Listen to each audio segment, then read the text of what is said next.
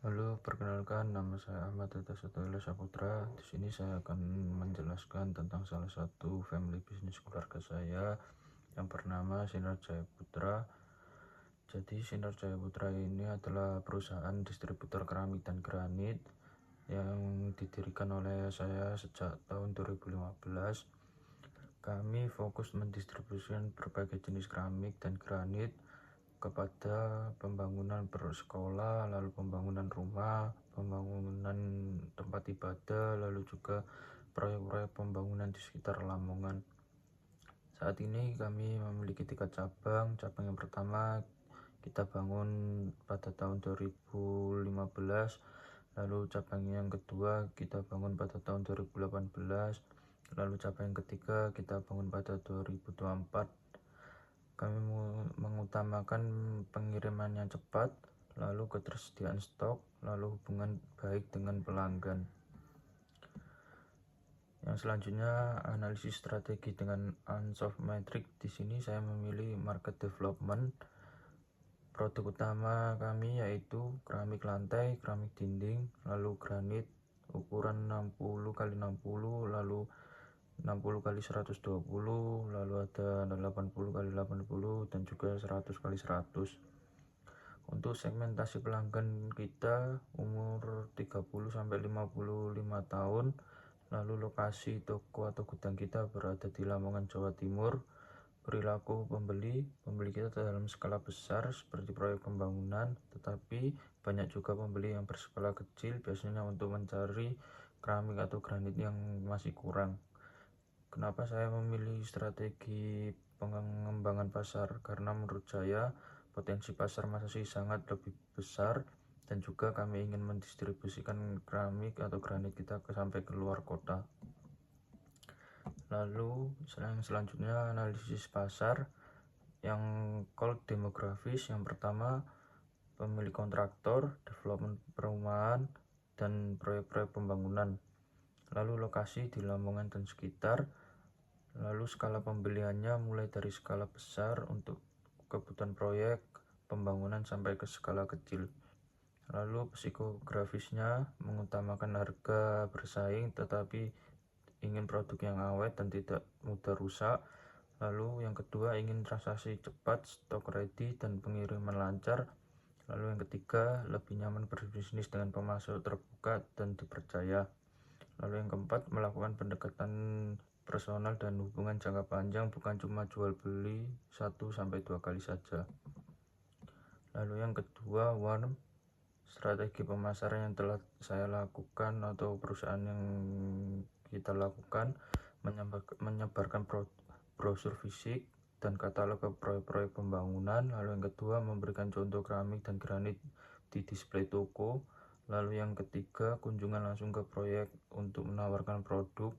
Lalu yang keempat follow up lewat WA bisnis atau telepon. Lalu strategi tambahan yang diusulkan, yang pertama kirim testimoni ke pelanggan. Lalu yang kedua memberikan layanan pemilihan produk yang cocok dengan desain rumah. Lalu yang ketiga itu ada buat website aktif dan Instagram untuk membangun kredibilitas perusahaan. Lalu yang HOT, strategi pemasaran yang telah kami lakukan, yang pertama diskon pembelian skala besar, lalu yang kedua pengiriman cepat untuk pembeli, lalu yang ketiga mendapatkan bonus pada pembelian yang kami tentukan. Lalu yang B, strategi tambahan yang diusulkan, bangun hubungan jangka panjang dengan penanggung jawab proyek supaya bisa membeli produk kita lagi. Lalu yang kedua, tawarkan jaminan penggantian barang jika pengiriman kita ke pelanggan itu rusak. Lalu yang ketiga, pengiriman lebih cepat untuk pelayanan pelanggan yang loyal. Lalu retensi, strategi yang kita terapkan, promosi khusus untuk pelanggan yang melakukan repeat order. Lalu kirim ke pelanggan souvenir untuk hari raya atau tahun baru. Yang ketiga, tindak lanjut feedback dari pelanggan yang secara cepat. Lalu advocacy, strategi yang kita terapkan, yang pertama pelanggan dapat diskon jika merekomendasikan ke proyek lain. Lalu yang kedua buat program pelanggan yang loyal dengan prioritas stok dan promo terlebih awal gitu. Untuk digital marketing sendiri saat ini kami masih menggunakan WA Business, tetapi kedepannya kita akan membuat website perusahaan, lalu juga kita akan membuat media sosial seperti IG dan lain-lain supaya kita lebih kuat di pemasaran secara online. Untuk operasionalnya, pembuatan sistem untuk pendekatan produk keramik dan granit supaya kita bisa mengetahui barang apa saja yang keluar, lalu berapa stoknya yang di gudang, lalu ada jumlah stoknya berapa di toko maupun di gudang. Lalu yang kedua, membuat jadwal pengiriman barang ke pembeli supaya kita bisa mendapatkan kepercayaan pelanggan sehingga pelanggan bisa merasa puas ketika membeli produk dari kita. Lalu yang HRD, rekrutmen berbasis pelanggan. Lalu yang kedua, pelatihan karyawan baru supaya mereka tahu job desk yang mereka lakukan.